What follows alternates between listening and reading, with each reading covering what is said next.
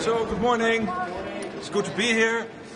A lot on our plate today. Of course, I'm a guest here with the defense ministers, but it's good to be here because we have to discuss, of course, the current threats facing NATO and therefore also EU territory and the wider NATO territory. That's, of course, the ongoing threat of Russia, the build-up in China, the military build-up, but also terrorism. So that means we will no doubt discuss today ramping up defense spending, ramping up defense production, but also what we collectively need to do to make sure that Ukraine has what it needs to bring this war to a lasting and durable end, be it a ceasefire, a long-term ceasefire or a peace deal. But it means the ongoing support for Ukraine will no doubt also be on the agenda today.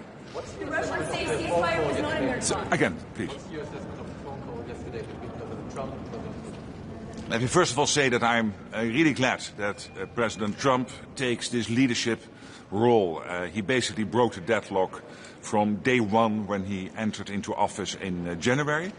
And I really want to commend him for that. And I do not want to give a running commentary on every development every day. But clearly the American administration is very much involved, closely coordinating with European colleagues and of course Ukraine, and I think that is very positive. How is this efficient? It seems that for months the negotiations with Ukraine have been going in circles. Do you see any real progress towards peace, or do we just have to get ready for more war? Well, clearly, till January, there were no discussions with the Russians. I think the positive thing is that President Trump has started also to open lines of communication with the Russian president. And of course, you hope for results as soon as possible, but that is not always possible in real life because this is a complex conflict. So again, I think what the Americans are doing is very important. It's crucial that they consult with the Europeans, with Ukraine, and we have to take this step by step. Let's see what happens this week and next week. After 50 years fight between Turkey and PKK, right now there is the peace process.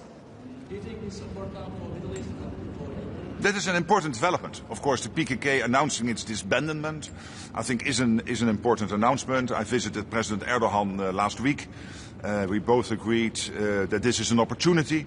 And of course, we closely follow the now starting talks between all the various factions involved. Secretary, I think it's time to increase the pressure on Russia. You've dealt with President Putin over the years. You know what he's like. We just had the German defense minister say he's playing for time. Is it time to step up the pressure? Again, let's be thankful for the fact that the Americans are now taking this position, this leadership role.